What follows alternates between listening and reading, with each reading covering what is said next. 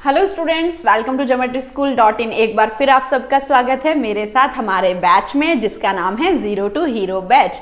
Student, जहां पर अभी मैं करा रही हूं, जो वीडियोस बेसिकली मैं अभी रिलीज कर रही हूं, वो है आपके upcoming exam that is RIMC, जिसमें हम काफी सारे इंपॉर्टेंट टॉपिक्स कवर कर चुके हैं for your static GK that is metals and non metals, microbial diseases, deficiency diseases, light reflection and reflection, layers of atmosphere, microorganisms। these are those topics जहां से every year आपका 1 और 2 questions तो आता ही है। एंडोक्राइन ग्लैंड्स हम cover कर चुके हैं, ग्लैंड से आपका ऑलमोस्ट एवरी ईयर क्वेश्चन आता है। लास्ट में जो मैंने अभी वीडियो रिलीज करा था that is about the micro organism. अगर आपने अभी तक नहीं वॉच किया है तो आप कर लीजिए, क्योंकि मोस्ट ऑफ द क्वेश्चंस आपके जो साइंस से रिलेटेड जीके में क्वेश्चन आते हैं वो आपके इन्हीं से ही सॉल्व हो जाएंगे अगर आपने इन वीडियोस को अच्छी तरह से वॉच किया, क्योंकि इसमें मैंने कंसेप्ट प्लस प्रीवियस ईयर के क्वेश्चन किस तरीके से पूछे गए हैं, क्योंकि उन्हीं में ही थोड़ा मॉडिफिकेशन करके पूछ लिया जाता है नेक्स्ट ईयर। साथ ही हमने प्रैक्टिस भी किया है क्वेश्चंस का, 10 और 12 क्वेश्चंस हमने हर वीडियो में किया है, जिससे कि आपको पता हो कि मेरा किस तरीके का क्वेश्चन आ सकता है और आप उसे क्रैक कर सके, हिट कर सके करेक्ट। तो चलिए आज की वीडियो में हम फिर से एक नया टॉपिक यहाँ पर डिस्कस करने जा रहे हैं that is for your GK section. And student, first of all, before starting the topic, I want to inform that if you want to become the excellent performer in RIMC exam, you must follow our videos properly। अगर आप इन videos को भी watch करते हैं, हमारे YouTube channel के साथ जुड़े रहते हैं, तो आपके जितना भी ऑल इंडिया के स्कूल एंट्रेंस लेवल पर एग्जाम होते हैं आप उन्हें क्रैक कर सकते हैं अगर आप वीडियोस को प्रॉपरली फॉलो कर रहे हैं। और you want to see your face on this flex, तो you can join our upcoming batch for your next exam that is going to be conduct on December में। जो आपका एग्जाम होने वाला है RIMC के लिए, उसके लिए यहाँ पर हम स्टार्ट करने जा रहे हैं एक foundation batch from the next month that is the 10th June. 10th जून से आपके दिसंबर सेशन के लिए एक बैच स्टार्ट होने जा रहा है that is the foundation batch.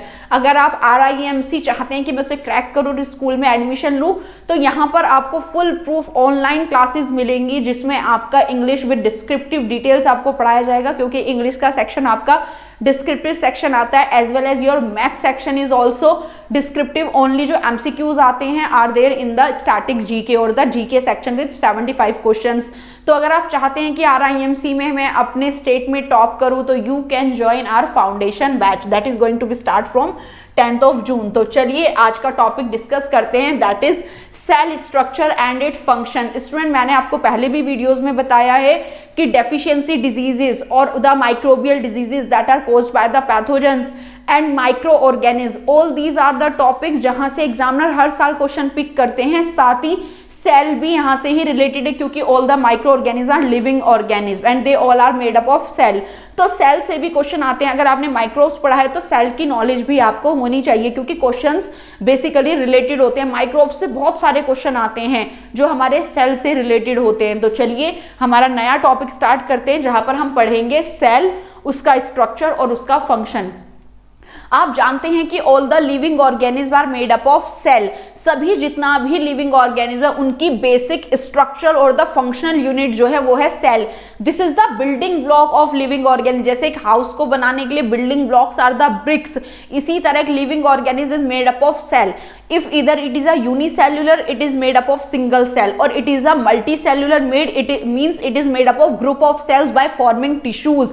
Then these tissues perform a specific function, it become a organ, and by getting organ the complete system is known as organ system, and the system that is entirely in the organism, then the organism is made। तो organ यहाँ पर जो cell है वो हमारी क्या होती है, स्ट्रक्चर और फंक्शनल यूनिट होती है। जैसे to form a house we need a brick that is a building block of a house. इस तरीके से जब एक प्रॉपर ऑर्डर में ब्रिक्स को अरेंज करते हैं तो they will form a wall और the wall form the rooms, rooms form the complete home.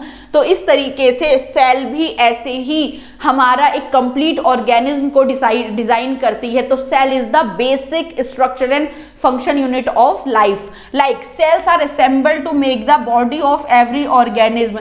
जो यूनिसेल्युलर है लाइक अ बैक्टीरिया, वो क्या है, हमारे एक सेल से बने हुए हैं। इसी तरह जो आपके ऑर्गेनिज्म है मल्टी सेल्युलर है, वो मोर देन 2 सेल्स से बने हैं, एक से ज्यादा सेल से वो बनते हैं। तो वो कंप्लीट ऑर्गेनिज्म क्या होते हैं, मल्टी सेल्युलर ऑर्गेनिज्म। तो अगर डिस्कवरी ऑफ सेल की बात करें कि सेल की डिस्कवरी का जो क्रेडिट जाता है it goes to the Robert Hooke in 1665 discovered the cell.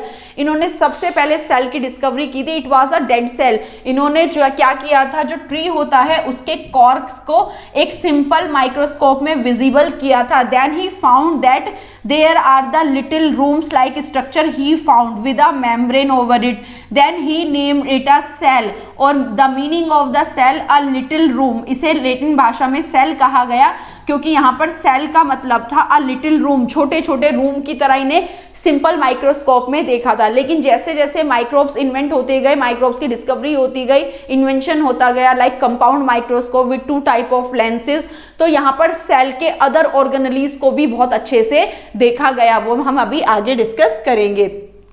तो सेल की बात करें तो in the living organism cell are the basic structural and functional unit of life. It is about the simple definition of cell कि किसी भी organism के अंदर जो स्ट्रक्चर है और जो वो फंक्शन परफॉर्म कर रही है that is all conducted by a cell. तो cell is the building block of any organism.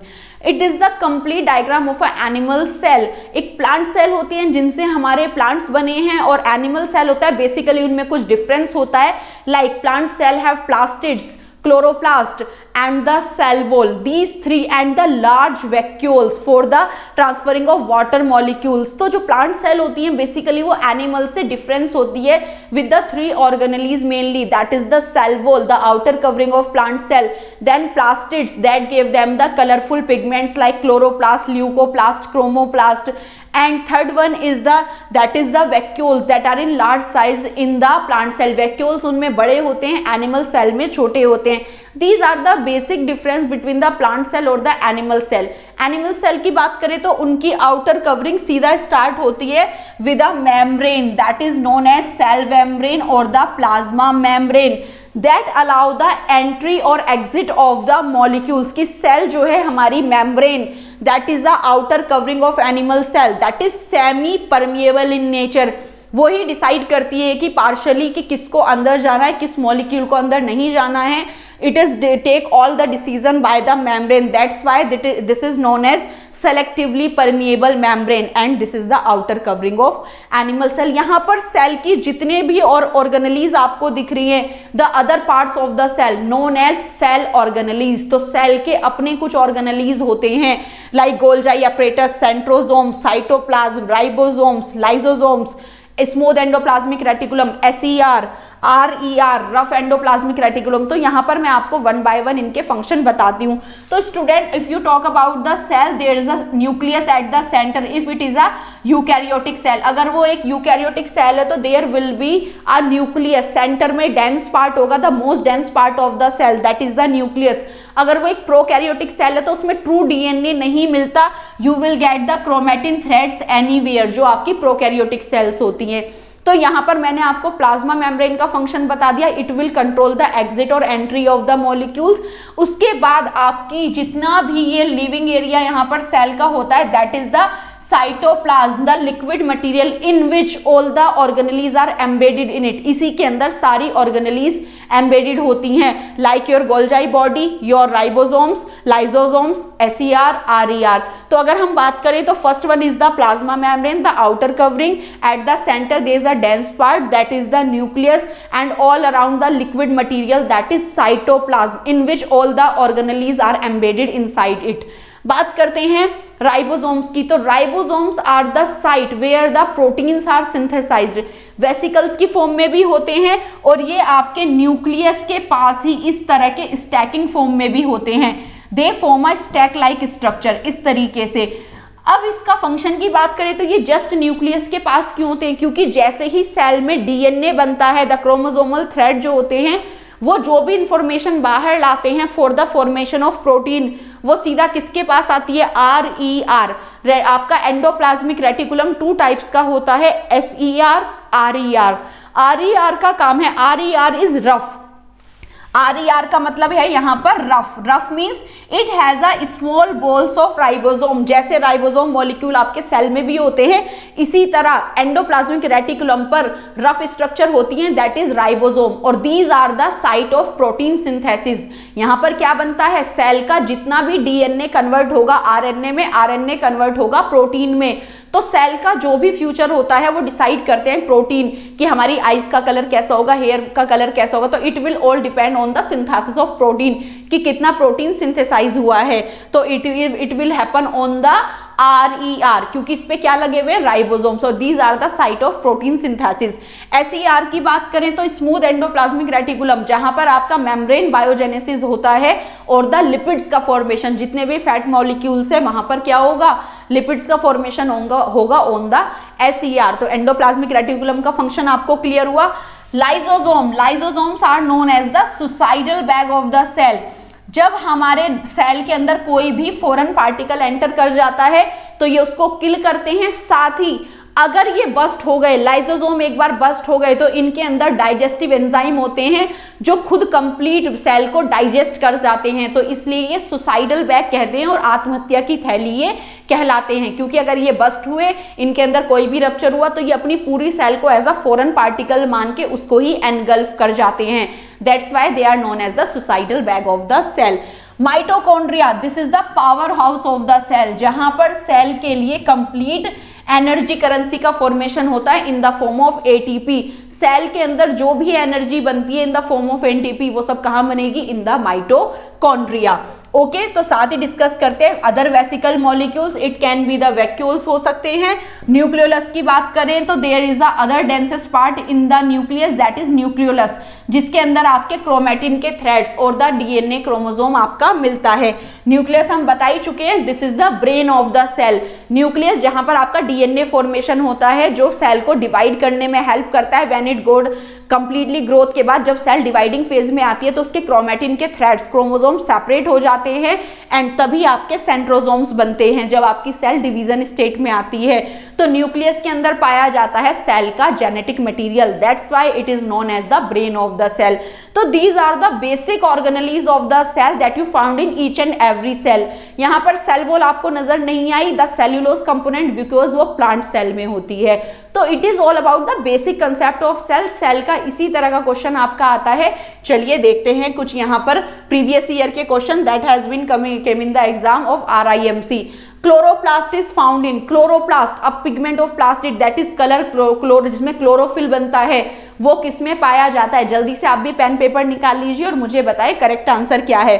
Plant cell only, animal cell only, both of these, none of these. तो correct answer will be chloroplast. यहाँ पर cytoplasm नहीं है, ध्यान से देखें, chloroplast. तो it is found only in the plant cell, जिसके अंदर आपका क्लोरोफिल पिगमेंट मिलता है। Most of the red, blue and purple colour of the plants are due to the pigment. RIMC June 2019 में ये क्वेश्चन आया है कि जो प्लांट्स का रेड, ब्लू और पर्पल कलर होता है वो कौन से पिगमेंट की वजह से होता है। It is because of the anthocyanin. The correct answer is anthocyanin. Chlorophyll absorb which one of the following wavelength of sunlight. Sunlight की कौन सी लाइट को क्लोरोफिल एब्जॉर्ब कर लेता है। तो क्लोरोफिल क्या करता है, ग्रीन कलर को रिफ्लेक्ट करता है, जिसकी वजह से प्लांट हमें ग्रीन नजर आते हैं। तो ये कौन सी लाइट को एब्जॉर्ब करता है, green and blue, green and red, red and blue. It will absorb the long wavelength और द शॉर्ट वेवलेंथ का colour, that is red and blue को ये क्या कर लेता है, एब्जॉर्ब कर लेता है।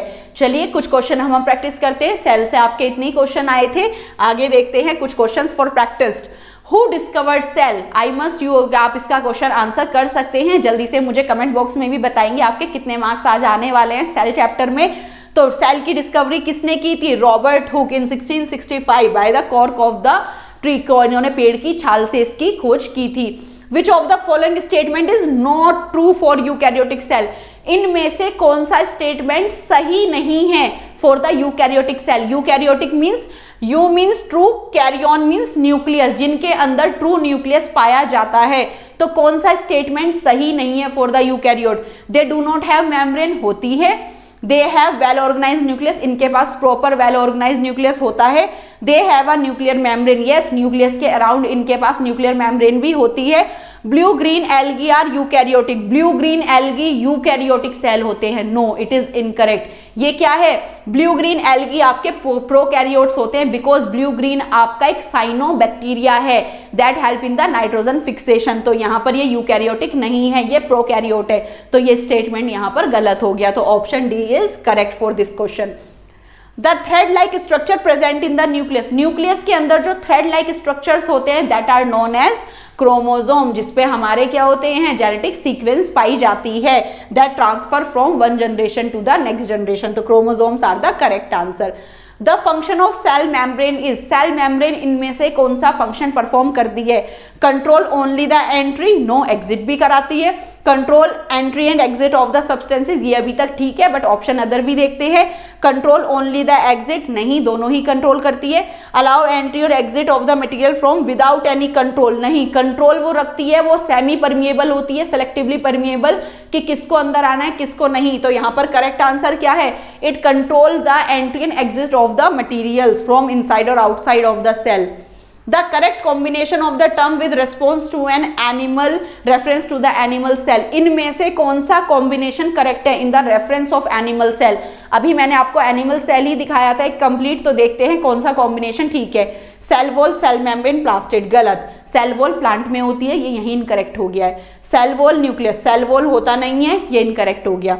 सेल मेम्ब्रेन भी होता है, माइटोकॉन्ड्रिया भी होता है, राइबोसोम भी होते हैं, क्रोमोसोम, ये अभी तक ठीक है। ऑप्शन 4 और देखते हैं। सेल मेम्ब्रेन होती है, राइबोसोम होता है, क्लोरोप्लास्ट नहीं होता पर एनिमल सेल में। तो correct answer will be option C, cell membrane, mitochondria, ribosomes, chromosome is the correct answer. Choose the correct statement with respect to the unicellular, इनमें से कौन सा स्टेटमेंट यूनिसेल्युलर के लिए यहां पर करेक्ट है? In unicellular organism tissue in coordination, unicellular में तो टिश्यूज होते ही नहीं है because they are made up of single cell. Unicellular organism do not require food, इन्हें फूड की जरूरत नहीं होती है। Unicellular require organism respire and reproduce, yes, ये भी अपनी सिंगल सेल से रेस्पायर भी करते हैं और ये क्या भी करते हैं, रिप्रोड्यूस भी करते हैं। जैसे आपका अमीबा एक यूनिसेल्युलर है, एक से दो भी बनते हैं by producing the daughter cell by a process binary fission. Unicellular organism move by cilia, नहीं, सभी की बॉडी पे सीलिया नहीं होते हैं, जैसे यूग्लिना है उसके ऊपर फ्लैजिला भी होता है। तो यहाँ पर पूछा है स्टेटमेंट जो करेक्ट है, तो unicellular organism respire and reproduce, वो रिप्रोडक्शन का मैसेज प्रोसेस भी करते हैं और एनर्जी भी फॉर्म करते हैं by the process of respiration. तो option C is correct. Read the following pair of the example of organism, the pair that belong to the group of prokaryote। Student ये question आपके लिए home assignment का है, आप इसका answer मुझे comment section में बताएंगे कि इनमें से कौन सा पेयर ऑफ ऑर्गेनिज्म जो है प्रोकैरियोट है। मॉस और स्पोंज, यीस्ट और अमीबा, बैक्टीरिया और blue green algae, Penicillium E coli, ठीक है, तो इस्चीरिया कोलाई। तो आप मुझे यहाँ पर बताएंगे कौन सा पेयर इनमें से प्रोकैरियोट को रिप्रेजेंट कर रहा है। तो सभी बच्चे कमेंट बॉक्स में आंसर जरूर करें और वीडियो कैसा लगा ये मुझे बताएं, क्योंकि आपका फीडबैक मेरे लिए वैल्यूएबल है। आपका एग्जाम आने वाला है, सो कीप प्रैक्टिसिंग, जल्दी से सारे टॉपिक्स कवर कर लीजिए। फिर मिलती हूँ नेक्स्ट वीडियो में नेक्स्ट टॉपिक के साथ। And student, if you want to join the physical classes और the offline coaching, you can join our geometry school, जो अब आफ्टर द पैंडेमिक सिचुएशन यहाँ पर हम स्टार्ट कर चुके हैं वापस से अपना offline batch in the school. That is the dedicated classes with the expert teacher here, group discussion among the students, maths and canteen for your refreshment and computer lab, जिससे कि आप अपने क्वेश्चंस की ऑन टाइम प्रैक्टिस कर सके और time period में, particular time period में अपना पूरा पेपर सॉल्व कर सके। जो भी आपकी क्लासेस होंगी, सारा जो आपका ग्रोथ होगा उसका पूरा चार्ट आपके पेरेंट्स के साथ आफ्टर मॉनिटरिंग शेयर किया जाएगा। कंप्लीट क्लासेस आपकी सीसीटीवी सर्वेलेंस के अंडर होती हैं। अगर आपको और ज़्यादा इन्फॉर्मेशन गैदर करनी है, you can visit our description box, और इवन दो जो कॉन्टेक्ट नंबर आपको डिस्क्रिप्शन बॉक्स में दिया है, आप वहां पर फॉर मोर इन्फॉर्मेशन कॉल कर सकते हैं। तो okay students, thanks for watching, see you soon with the next topic, bye bye.